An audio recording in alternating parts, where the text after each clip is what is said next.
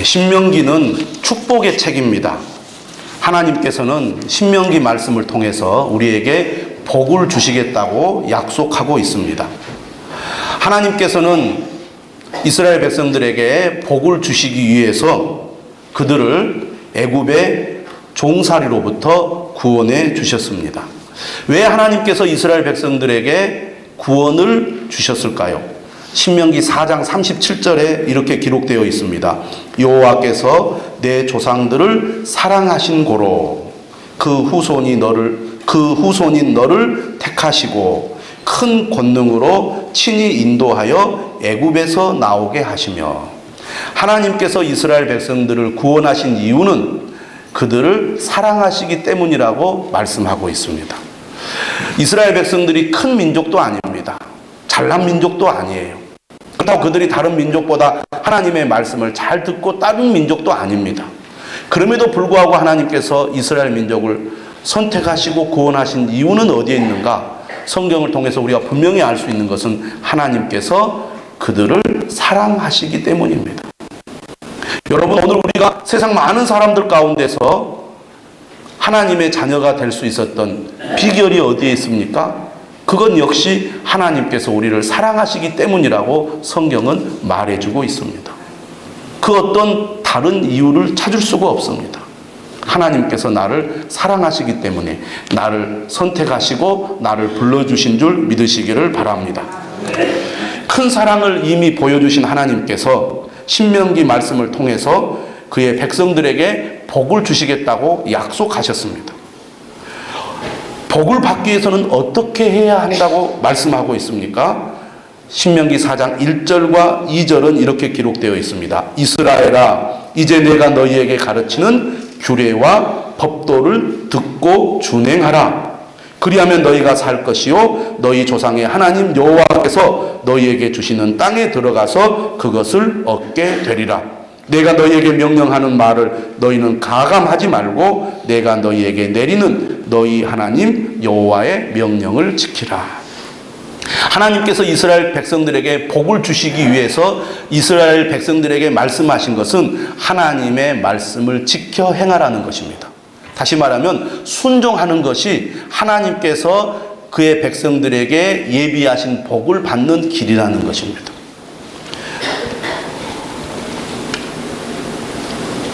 그러면 어떻게 해야 순종을 잘할 수 있을까? 순종하기 위한 첫걸음이 무엇인가? 오늘 우리가 읽은 6장 4절의 말씀입니다.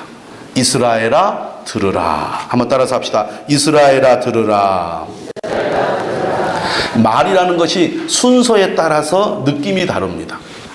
히브리어는 순서가 어떻게 되어 있느냐면 들으라 이스라엘 이렇게 되어 있습니다. 들으라 이스라엘. 한번 따라서 합시다. 들으라 이스라엘.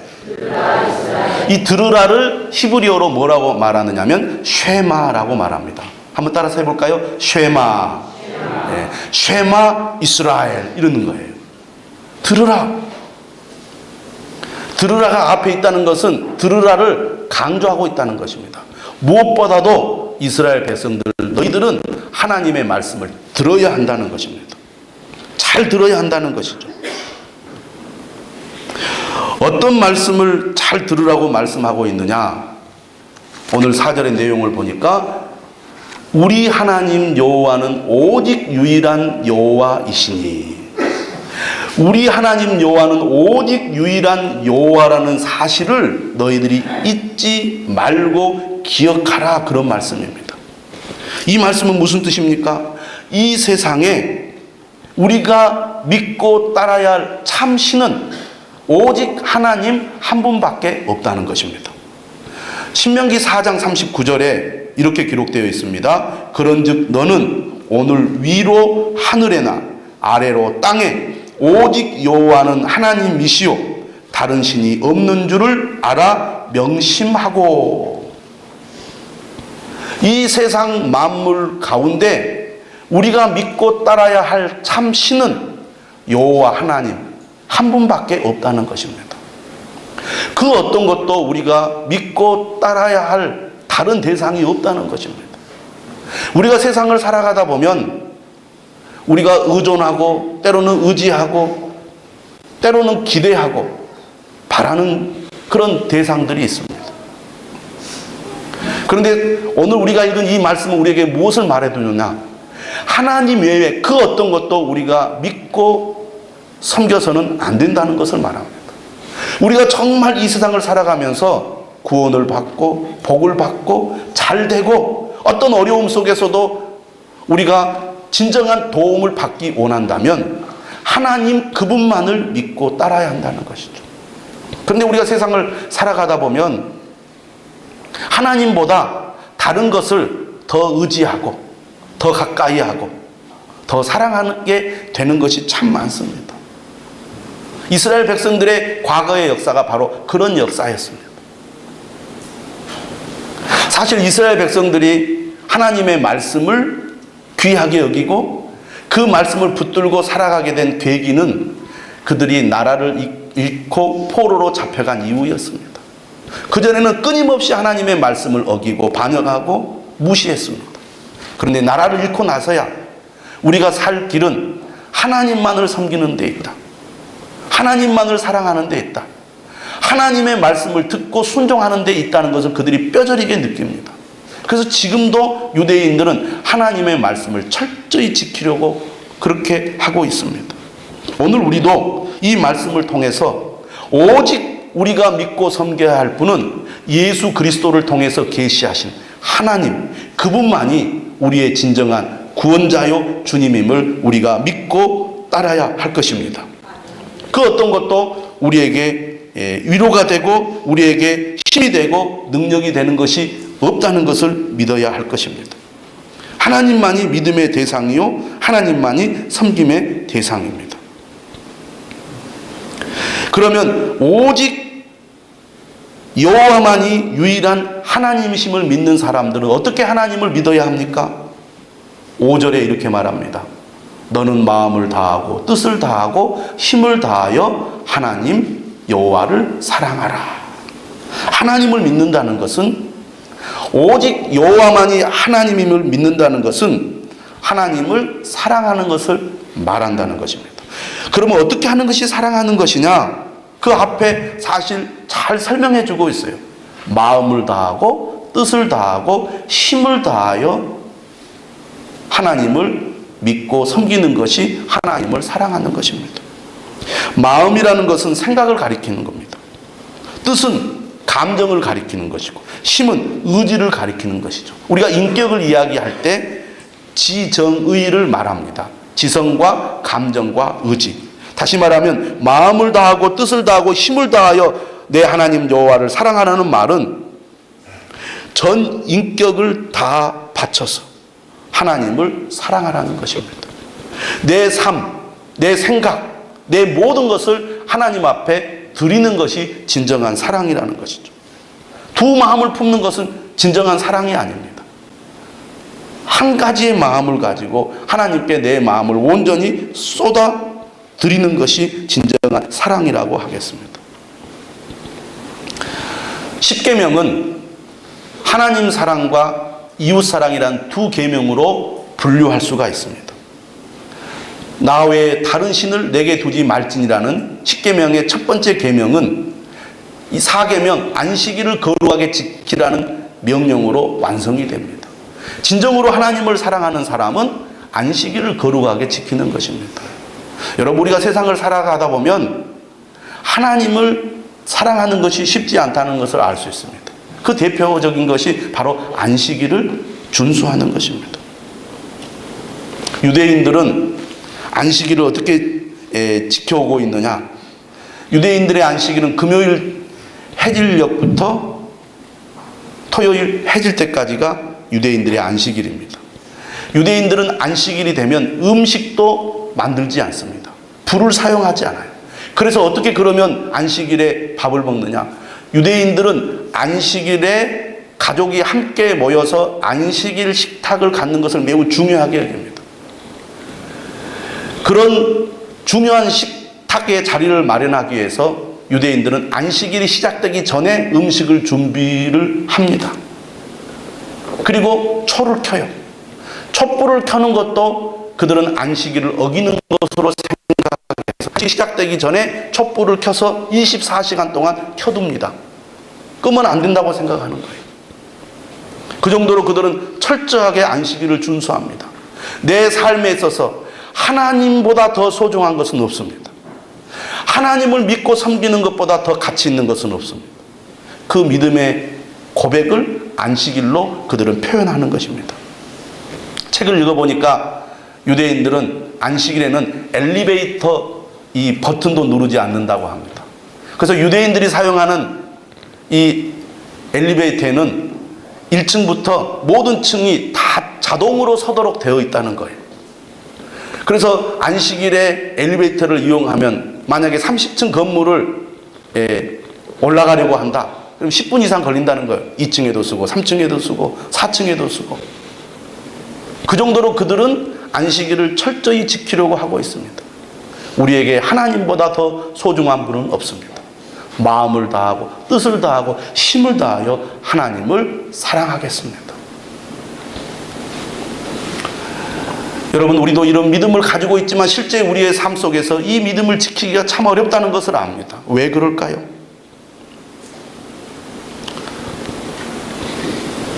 오늘 본문 6절에 이렇게 말합니다. 오늘 내가 네게 명하는 이 말씀을 너는 마음에 새기고. 우리는 말씀을 자주 듣습니다. 그런데 문제는 그 말씀이 우리 마음에 내면화가 되지 않는다는 겁니다. 듣고 잊어버리는 거예요. 그래서 신앙생활을 오래 해도 하나님의 말씀을 잘 모릅니다. 알아도 부분적으로 알고, 더 나아가서 그 말씀이 내 삶의 기준이 되지 못하는 경우가 참 많습니다. 이스라엘 백성들은 하나님의 말씀을 그냥 듣고 흘러보내는 것이 아니라 오늘 6절의 말씀대로 마음에 새기는데 매우 노력을 하고 있다는 것입니다. 무엇보다도 하나님을 마음을 다하고 뜻을 다하고 힘을 다하여 사랑한다는 것은 오늘 6절의 말씀을 5절의 말씀과 연결해서 보면 오늘 내가 네게 명하는 이 말씀은 바로 4절 5절의 말씀을 가리킵니다. 오직 여호와만이 유일한 하나님이시기 때문에 마음을 다하고 뜻을 다하고 힘을 다하여 하나님 여호와를 사랑해야 된다. 그러려면 이 말씀을 마음에 새겨야 한다는 것입니다.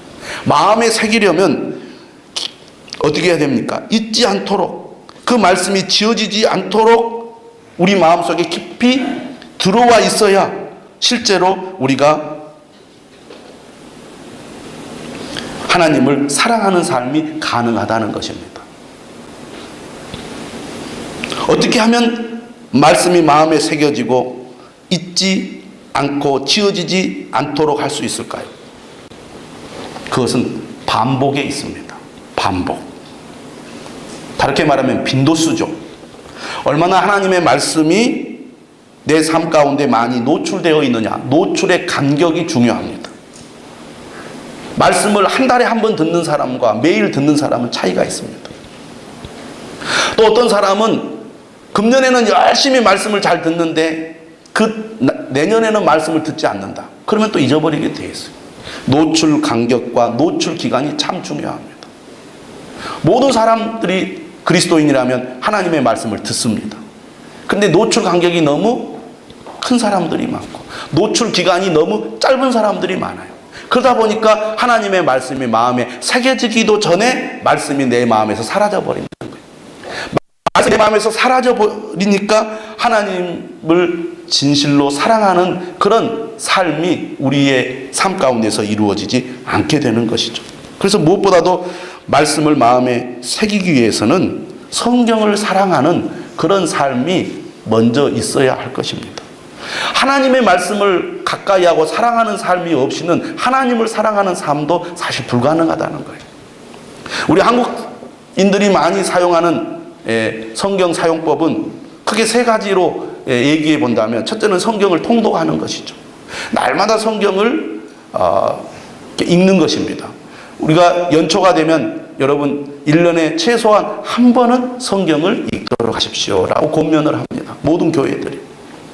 그런데 많은 성도들이 1년에 성경을 한 번도 안 읽은 성도들이 거의 대다수입니다.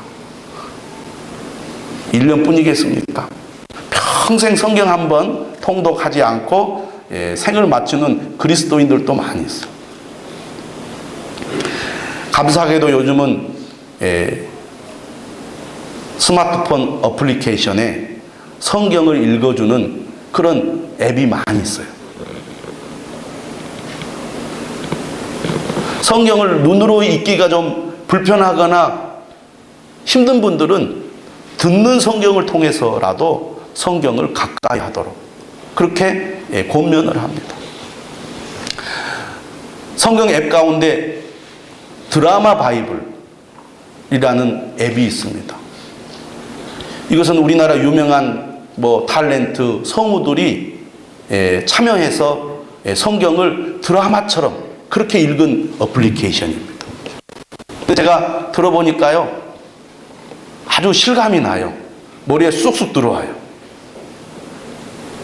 한인수 장로님이 하나님 목소리로 나오는데 음악이 깔리면서 마치 드라마를 듣는 것처럼 성경을 읽어주니까 내용을 이해하는 데 도움이 됩니다. 제가 들어보니까 이 어플리케이션을 제작하는데 10억이 들었다고 하더라고요. 어떤 그리스도인이 이 기부를 해서 이걸 만들었다는 거예요. 그래서 무료로 이것을 보급하고 있습니다. 제가 봐도 그 정도 이상의 돈이 들었을 것 같더라고요. 한국의 그리스도인들이 성경을 가까이 할 수 있도록 내가 10억을 하나님 앞에 드려야겠다. 그렇게 자신의 재산을 하나님 앞에 드려서 만든 그런 어플리케이션입니다. 하나님의 말씀을 늘 듣고 있다 보면 내 마음이 하나님 생각으로, 하나님 사랑하는 마음으로 이렇게 가득 차게 되는 거예요. 두 번째로 우리 한국 사람들이 많이 하는 게 성경 묵상, 큐티입니다. 1970년대부터 큐티 운동이 시작이 되어서 지금 많은 교회 성도들이 큐티에 참여하고 있습니다. 그리고 세 번째는 성경 쓰기죠. 특히 연세가 드신 분들이 성경 쓰는 그런 필사를 많이 합니다. 성경 필사를 하면 잡생각이 없어지고 또 하나님 말씀을 이렇게 생각하면서 쓰는 데 유익이 있습니다. 저는 저희 외할아버지께서 어렸을 때 늘 성경을 읽는 모습을 보았습니다. 그리고 외할아버지께서 사용하시던 성경책들이 제 머릿속에 늘 남아 있습니다. 오래된 성경부터 낡은 성경책, 아주 옛날 그 번역으로 되어 있는 성경책들, 그 성경책들을 제가 기억하고 있고, 제가 외가에 가면 외할아버지는 다른 얘기 안 하시고 늘 성경 얘기만 하시는 거예요. 재밌었던 것은 아니지만 그래도 외할아버지께서 들려주셨던 성경 이야기가 늘 생각이 납니다. 우리가 성경을 사랑하는 사람을 얘기한다면 대표적인 인물이 바로 미국의 대통령 링컨이라는 대통령입니다. 에이브러햄 링컨은 이렇게 말했습니다. 나는 성경이 하나님께서 인간에게 주신 가장 큰 선물이라 믿습니다. 나는 하나님의 선물인 성경의 보화를 캐기 위해 날마다 성경을 묵상했습니다.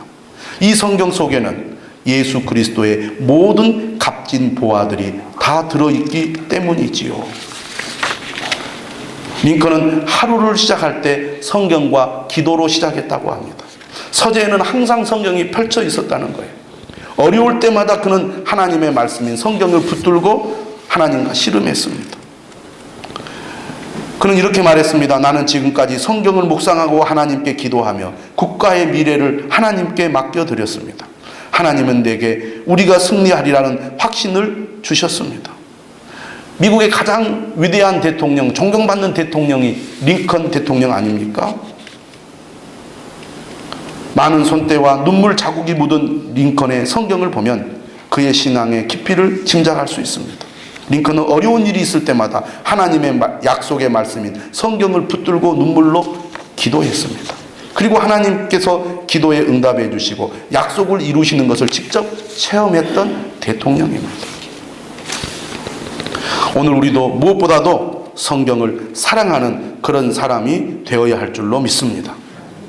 그리고 우리가 자녀들에게 부모로서 성경을 사랑하는 모습을 보여줄 때 우리 자녀들도 그 믿음을 이어받을 수 있지 않을까 생각을 해봅니다. 오늘 말씀 6절, 오늘 내가 내게 명하는 이 말씀을 너는 마음에 새기고 내면화해야 된다는 겁니다. 하나님의 말씀이 내면화될 때 우리가 그 말씀을 따르고 순종할 수 있게 된다는 것이죠. 그럴 때 마음을 다하고 뜻을 다하고 힘을 다하여 하나님 여호와를 사랑하는 삶이 가능하다는 것입니다. 오늘 본문은 조금 더 들어가서 두 가지 말씀을 드리고 싶습니다. 마음에 새기는 방법 가운데 몇 가지가 소개가 되고 있는데 첫 번째는 7절의 말씀입니다. 내 자녀에게 부지런히 가르치며. 오늘 이 7절 말씀은 하나님을 진정으로 사랑하는 것은 자녀에게 신앙을 가르치는 것이라고 우리에게 말씀해 주고 있습니다. 하나님을 믿습니까? 마음을 다하고 뜻을 다하고 힘을 다하여 하나님을 사랑하는 삶을 살기 원하십니까? 그렇다면 자녀에게 부지런히 하나님의 말씀을 가르치십시오. 이것이 오늘 우리에게 말씀해 주고 있는 7절의 본문입니다.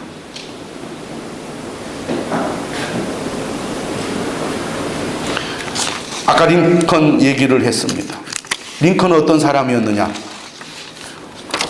링컨은 정식 학교 교육을 모두 합쳐서 1년 정도밖에 받지 못했다고 합니다. 가난했기 때문이죠. 그런데 그가 어렸을 때 유일하게 소유하고 있었던 책이 있었는데 바로 성경책이었습니다. 그러나 9살 때 세상을 떠난 어머니로부터 유언과 함께 갑오로 성경을 물려받았습니다. 어머니가 그에게 이렇게 얘기를 했어요. 내 아들아, 이 성경책은 나의 부모님께 받은 것이다. 내가 여러 번 읽어 많이 낡았지만 우리 집의 값진 보배다. 내가 너에게 12만 평의 땅을 물려주는 것보다 이 한 권의 성경책을 물려주는 것을 진심으로 기쁘게 생각한다. 너는 성경을 읽고 성경 말씀대로 살아가는 사람이 되어다오. 하나님을 사랑하고 이웃을 사랑하는 사람이 되어다오. 이것이 나의 마지막 부탁이다. 링컨의 어머니 낸시는 하나님을 사랑했고 또한 성경을 사랑했습니다. 그녀는 자녀들에게 물질적인 풍요로움은 주지 못했지만 그보다 훨씬 값진 성경의 보화들을 풍성하게 전해 주었습니다. 우리가 무엇보다도 자녀들에게 하나님의 말씀을 전수하는 것, 믿음을 전수하는 것이 매우 중요하다는 말씀을 드리고 싶습니다. 저는 성도들에게 그런 얘기를 합니다. 아주 어렸을 때부터 자녀들에게 하나님의 말씀을 가르치라고. 그래서 어린이 성경, 유아용 성경을 사서 아주 어렸을 때부터 말씀을 전하라는 것입니다. 뇌과학에 의하면 12세 이전 어린이들은 부모의 말이 자녀의 말과 행동에 영향을 준다고 합니다. 그런데 반대로 12세 이상이 되면 부모의 말이 자녀들에게 영향을 끼치기가 어렵다는 거예요. 근데 유대인들은 성인식을 만 12세 때 합니다. 그 전에 철저하게 자녀들이 하나님의 말씀으로 생각하고 말씀대로 살도록 가르치고 성인식을 하고 나면 그들이 스스로 판단하고 생각할 수 있도록 조언을 할 뿐이지 명령을 하지 않는다고 합니다. 오늘 우리가 자녀들에게 하나님의 말씀을 전할 때 무엇보다도 어렸을 때 자녀들이 하나님을 잘 믿고 따르도록 가르치고 또 도와주는 것이 매우 중요하다고 말씀드릴 수 있겠습니다. 자녀들에게 부지런히 가르치는 부모, 오늘 우리에게 정말 필요한 말씀이라고 생각이 됩니다. 한국 교회의 문제가 무엇인가? 자녀들에게 신앙이 잘 전수가 되지 않는다는 겁니다. 유대인들은 이방인들에게 하나님 말씀을 전하지 않았습니다. 그들은 유대인 자기 자녀들에게만 하나님 말씀을 전했어요. 만약에 부모가 자녀에게 하나님의 말씀을 가르치지 않는다면 유대인들은 사라지고 말았을 것입니다. 하나님을 믿는 신앙이 계속 이어지도록 하기 위해서 부모들은 자녀들에게 하나님의 말씀을 전하는 것을 생명처럼 여겼어요. 그래서 오늘 신명기 이 6장 4절에서 9절 말씀, 이 쉐마의 말씀을 유대인들은 가장 중요한 말씀, 구약 성경 가운데 가장 중요한 말씀으로 여겼습니다. 그 말씀 가운데 이 7절의 말씀을 매우 중요하게 여겼다는 거죠. 내 자녀에게 부지런히 가르치라. 오늘 우리 한국 교회가 위기인 것은 다음 세대가 예수 그리스도 앞으로 나오지 못하고 있다는 것입니다. 그 문제의 핵심에는 부모들이 자녀들에게 신앙을 전수하는 데 실패하고 있다는 것입니다.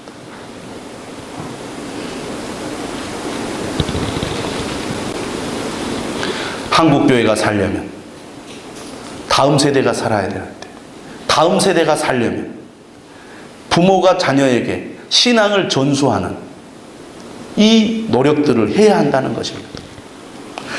그렇기 위해서는 어렸을 때부터, 아주 어렸을 때부터 하나님의 말씀을 전하는 그런 노력들을 해야 한다는 거죠. 유대인들은 아기가 뱃속에 있을 때부터 하나님 말씀을 들려줍니다. 그리고 아기가 태어났을 때, 어렸을 때부터 하나님 말씀을 가르쳐요. 그래서 뱃속에 있는 아이들에게 말씀을 가르치는 것을 태담이라고 그러고, 어렸을 때부터 말씀을 가르치는 것을 베갯머리 교육이라고 해서 아주 어릴 때부터 성경 말씀을 가르칩니다. 그리고 안식일이 되면 안식일 식탁을 통해서 3대, 4대가 모여서 자녀들과 하나님의 말씀을 나누고 삶을 나누는 그런 모습들을 이어가고 있습니다. 그렇게 해서 성인식이 되면 그 성인이 된 아이들을 축복해줘서 그 아이들이 정말 계속해서 하나님을 잘 믿도록 그들을 격려한다는 것입니다. 오늘 우리도 자녀들에게 부지런히 하나님의 말씀을 가르쳐야 되는데, 오늘 말씀 7절에 그렇게 되어 있어요. 집에 앉았을 때든지 길을 갈 때든지 누워있을 때든지 일어날 때든지 이 말씀을 강론할 것이며, 여기에 나오는 강론이라는 단어를 주목해 보시기를 바랍니다. 강론이라는 단어는 영어 성경은 talk about이라는 단어를 사용하고 있습니다. 다시 말하면 단순히 주입식으로 일방적으로 전달하는 게 아니라 가르치고 토론하는 것을 의미합니다. 쌍방이 대화를 주고받는 것을 의미하는 것이죠. 여러분, 예수님께서 12살이 되었을 때 예루살렘 성전에 올라갔습니다. 거기서 율법학자들과 대화하고 토론하는 내용이 누가복음에 소개되어 있습니다. 유대인들은 어렸을 때부터 이런 훈련이 잘 되어 있다는 겁니다. 여러분, 우리가 잘 알다시피 유대인들에게 저력이 있습니다. 이 세상 어떤 민족보다 노벨상 수상이 많고 미국 하버드를 비롯한 아이비리그에 가장 많은 학생들이 진학을 하는 것으로 유명합니다. 그것이 가능한 이유가 어디에 있느냐? 바로 이런 훈련이 어렸을 때부터 잘 되어 있다는 겁니다. 이렇게 토론하는 방식을 뭐라고 말하느냐 하면 하브루타라고 말합니다. 한번 따라서 합시다. 하브루타. 이 하브루타는 짝을 지어 질문하고 대화하고 토론하고 논쟁하는 것입니다.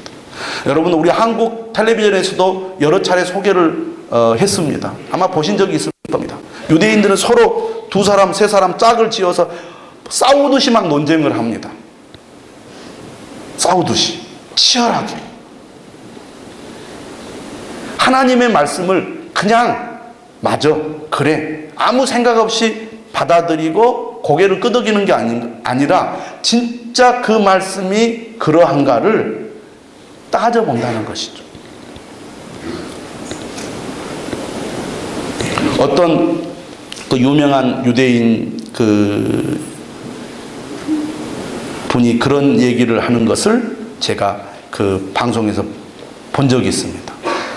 하나님이 존재하신다는 것을 제외하고는 모든 것을 의심하라, 이렇게 가르친다는 거예요. 하나님이 존재한다는 것을 제외하고는 모든 것을 의심하라. 그냥 무턱대고 믿지 말고 정말 그런가를 따져보라는 것이죠. 어렸을 때부터 이런 훈련이 잘 되어 있었던 거예요. 가정에서부터. 그러니까 유대인들이 창의력이 발달되어서 인물들이 많이 나오는 것이죠. 우리는 가정에서 자녀들과 대화할 때 토론이라든지 논쟁이라든지 사실 익숙하지 않습니다. 일방적으로 지시하지. 여러분 한번 생각을 해보세요. 부모 자녀 간에 야 우리 한번 대화하자. 몇 번 대화하다가 나와 다른 생각을 얘기하거나 내 마음에 들지 않는 말을 하면요, 그러면 안 돼. 그런 소리 하지 마. 이런 식으로 우리가 강압적으로 자녀들의 생각을 묵살해버립니다. 그리고 하나님의 말씀을 전하는 것이 왜 제대로 안 될까요? 대화가 안 되기 때문에.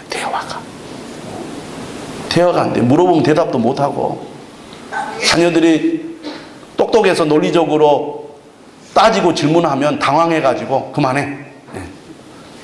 괜히 자존심만 상하는 거예요. 대화가 안 돼.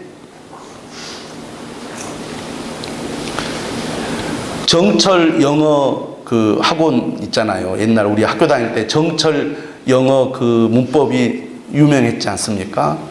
이분 그 간증을 들어보니까 영국에 유학 갔다 온 아들하고 1년을 살면서 계속 아버지와 아들이 대화를 나눈 겁니다. 아버지는 정철은 절대 하나님을 믿지 않았어요. 근데 아들이 밥을 먹을 때마다 끊임없이 하나님 말씀과 관련된 대화를 계속 하다 보니까 1년 만에 아들에게 굴복한 거예요. 대화와 토론이 상대방의 생각을 변화시키는 거예요. 일방적으로 가르치는 것은 한계가 있습니다. 우리가 좀 마음을 내려놓고 자녀들의 생각을 들어주고, 그리고 자녀들과 대화를 하다 보면 서서히 자녀들의 생각도 변하고, 그리고 자녀들의 마음에 하나님의 말씀이 들어가게 된다는 것입니다. 이 하부루타, 짝을 지어 질문하고 대화하고 토론하고 논쟁하는 것을 통해서 하나님의 말씀을 내면화했다는 것입니다. 그것이 유대인을 강하게 만들었을 뿐만 아니라 유대인들 자녀들에게 신앙을 전수하게 만들었다는 것이죠. 오늘 우리도 이러한 노력들이 필요합니다. 물론 쉬운 일이 아닙니다. 토론하는 문화, 대화하는 문화가 아직도 많이 부족하죠. 그러나 우리가 낮은 단계에서부터 시작을 해야 합니다. 그리고 자녀들과 대화하고 자녀들에게 하나님의 말씀을 전하려다 보면 내가 더 말씀을 봐야 됩니다. 내가 더 공부해야 됩니다. 더 알려고 노력해야 됩니다. 요즘은요, 얼마나 좋은 시대입니까? 어떤 것에 대해서 내가 잘 모를 때 알려고 하면 스마트폰이 다 가르쳐 줍니다. 그러다 보면 놀라운 것은요, 하나님의 말씀은 배울 때보다 가르칠 때 훨씬 더 잘 배우게 된다는 것입니다. 부지런히 가르치라. 누가 배우게 되느냐? 가르치는 자가 먼저 배우게 돼요. 그리고 가르치는 자가 본을 보이지 않을 수 없게 됩니다. 그러다 보면은 자녀들에게 잘 전달하게 된다는 것이죠. 사람은 듣기만 하면요, 하루가 지나면 거의 다 잊어버린다는 거예요. 5%만 남고. 그런데 준비해서 가르치면요, 가르친 사람은요, 하루가 지나도 잘 안 잊어먹는다는 겁니다. 그만큼 가르치는 것이 배우는 것이 되는 거예요. 우리가 주일날 설교 말씀을 듣고 자녀들과 나누고, 한 주간 큐티하는 것을 가지고 자녀들과 나누고, 그리고 일상생활 속에서 일어났던 일들을 대화하는 가운데 그것을 하나님의 말씀에 비추어서 자신의 생각을 얘기하고 서로 토론하다 보면 하나님의 말씀이 자녀들의 마음속으로 깊이 들어오게 된다는 것이죠. 그것을 언제부터 해야 되느냐? 자녀들이 아주 어렸을 때부터 해야 됩니다. 한 번도 안 하다가 이제 자녀가 벌써 사춘기가 되고 청년이 되면 진짜 어려워요. 자녀가 믿음이 좋으면 대화가 되지만 벌써 하나님으로부터 등을 돌렸으면 자녀를 돌이키는데 상당한 힘이 들게 되어 있습니다. 하지만 오늘 우리가 말씀을 보면서 먼저 우리의 마음에 말씀을 새겨야 되겠습니다. 자녀들과 하나님의 말씀을 가지고 대화하고 토론하다 보면 먼저 내 마음속에 새겨질 뿐만 아니라 자녀들에게도 신앙이 전수가 될 것입니다. 마지막으로 8절 9절은 뭐라고 말하냐면 자주 보이는 곳에 하나님의 말씀을 두어서 광고 효과를 만들어 달라는 겁니다. 늘 눈에 보이는 곳에 하나님의 말씀이 있다 보면 또 하나님의 말씀을 자주 듣도록 자녀들에게 제공을 해준다면 자녀들의 마음속에 마치 광고를 계속 보다 보면 자기도 모르게 마음속에 입력이 되듯이 자녀들의 마음에도 입력이 된다는 겁니다. 요즘은 얼마나 좋습니까? 스마트폰이 있었어요. 자녀들이 하나님의 말씀을 계속 접할 수 있도록 끊임없이 부지런히 때와 장소를 가리지 않고 오늘 7절의 말씀이 그런 거잖아요. 집에 앉았을 때든지 길을 갈 때든지 장소를 가리지 말라는 겁니다. 누워있을 때든지 일어날 때든지 때를 가리지 말라는 것이죠. 부지런히 자녀들에게 하나님의 말씀을 가르치다 보면 우리 자녀들이 나보다 하나님을 더 사랑하는 사람이 될 것이고 나보다 하나님의 복을 더 많이 받는 자녀가 될 줄로 믿습니다. 이 은혜가 저와 여러분들에게 있기를 주님의 이름으로 축원합니다. 찬송